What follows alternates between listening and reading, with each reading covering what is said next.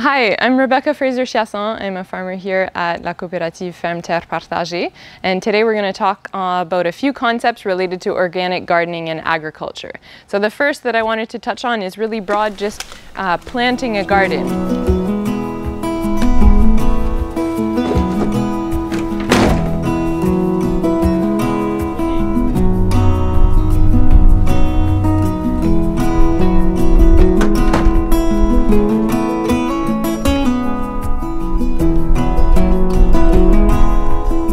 There's a few things that we need to consider even before we start planting.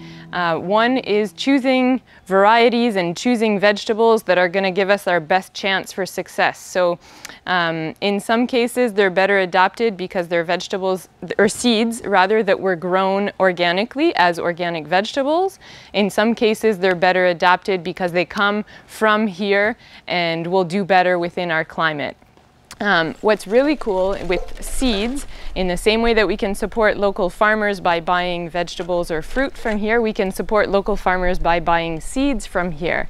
So in the Maritimes, there's a couple farms in Nova Scotia, Hope Seeds and Annapolis Seeds, a couple even in New Brunswick. You can check with your local farmers to see if they even sell seed. Lots of farms in Quebec, smaller scale farms that you can check with, La Coopérative Ferme Tournesol, Les Jardins de l'Écoumène, Société des Plantes, or even really close to home, we're starting to see more seed banks. So even at your library, you can check with your public library because in some cases they've started these seed libraries where people can exchange seeds that are really related and will do well here.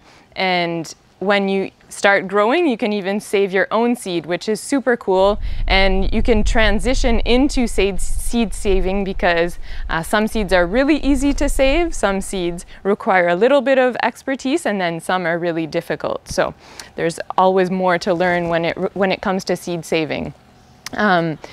When we talk about harvesting, that's the really exciting part, obviously. Some people ask how do you know when to harvest your vegetable? I think mostly it's just related to taste and what you're looking for and just experimenting. So in a lot of cases, the best is to let the fruit mature on the plant. That's when you'll get the best taste. And even into the winter, if you're gardening for conservation, for keeping over winter, for example, some vegetables you'll want to keep in the ground so that they freeze and they get sweeter and better with taste, with the sugars. And in some cases you don't want it to freeze, like squash. You just want to make sure that it's at its full maturity, but that it doesn't freeze because that will affect the conservation of it. When it comes to watering, we don't have to water all the time. I think we get really concerned with watering, and in a typical year, the rain will provide most of the water that the plant needs. Obviously, we don't always have typical years, and especially with the climate changing more and more. So the times that are critical for watering are when you're planting. If you're planting a seedling into the ground, it absolutely needs water right away. And when the fruit is forming, that can be a really beneficial time to water. And in general, you just want to water deeply, so it's like lots of water so that the roots go deep more than often. And you want to water in the morning because the plant needs it as it's doing its photosynthesis more than at night. So if you're off to work and you can set 15 minutes aside beforehand to water, you'll have the most benefit from that. Another thing that you want to remember is that if you're buying seedlings, which a lot of people will be doing, or even if you're growing your own seedlings, just keep in mind that you don't want to bring them from this very perfect environment where they're watered all the time, they're kept at a perfect temperature, straight into the garden where it's windy and the temperature changes and they have to deal with the elements. So you want to think like a plant and transition a little bit, put them outside a little bit, expose them to the wind.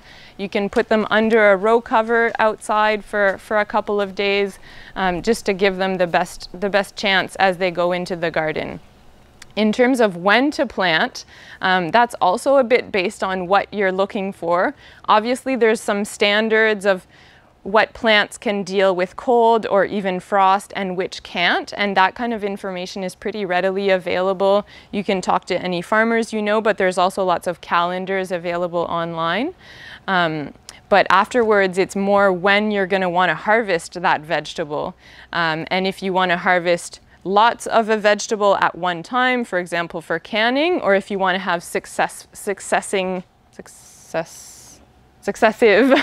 harvests of, for example, lettuce or greens that you want to make sure you have for the whole season. And if you have a small area, you want to maximize that space. A couple of things that you can do is minimize the space that you need as a human and maximize the space that you have for plants. So instead of doing just one row of carrots on a drill, you could do maybe a slightly larger drill with 3 rows, spaced with just a couple of inches between, and then a smaller pathway. In terms of spacing of your vegetables, the #1 best advice is just to read the label on your seed packet. The people that grew the seed are the experts, and as farmers, that's what we do also. And of course, thinking about what kind of vegetable you want to harvest. If you want a big turnip, then you need to make sure that you're leaving more space.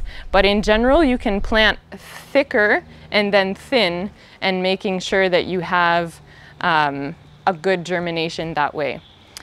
And then there's a lot of interest in terms of companion planting. I think that in general, unless you have a very, very large space with many acres, your plants will be close enough to benefit from each other. They don't necessarily need to be the drill beside each other.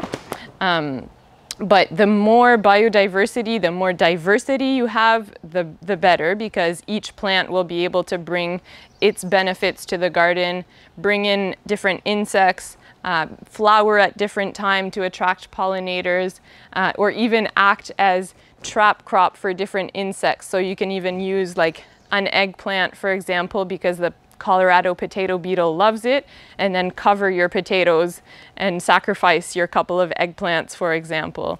But in general, anything that you do to increase the diversity of your garden is just going to benefit you, of course, in your eating, but also the insects and the soil, and in turn your health and the health of the environment.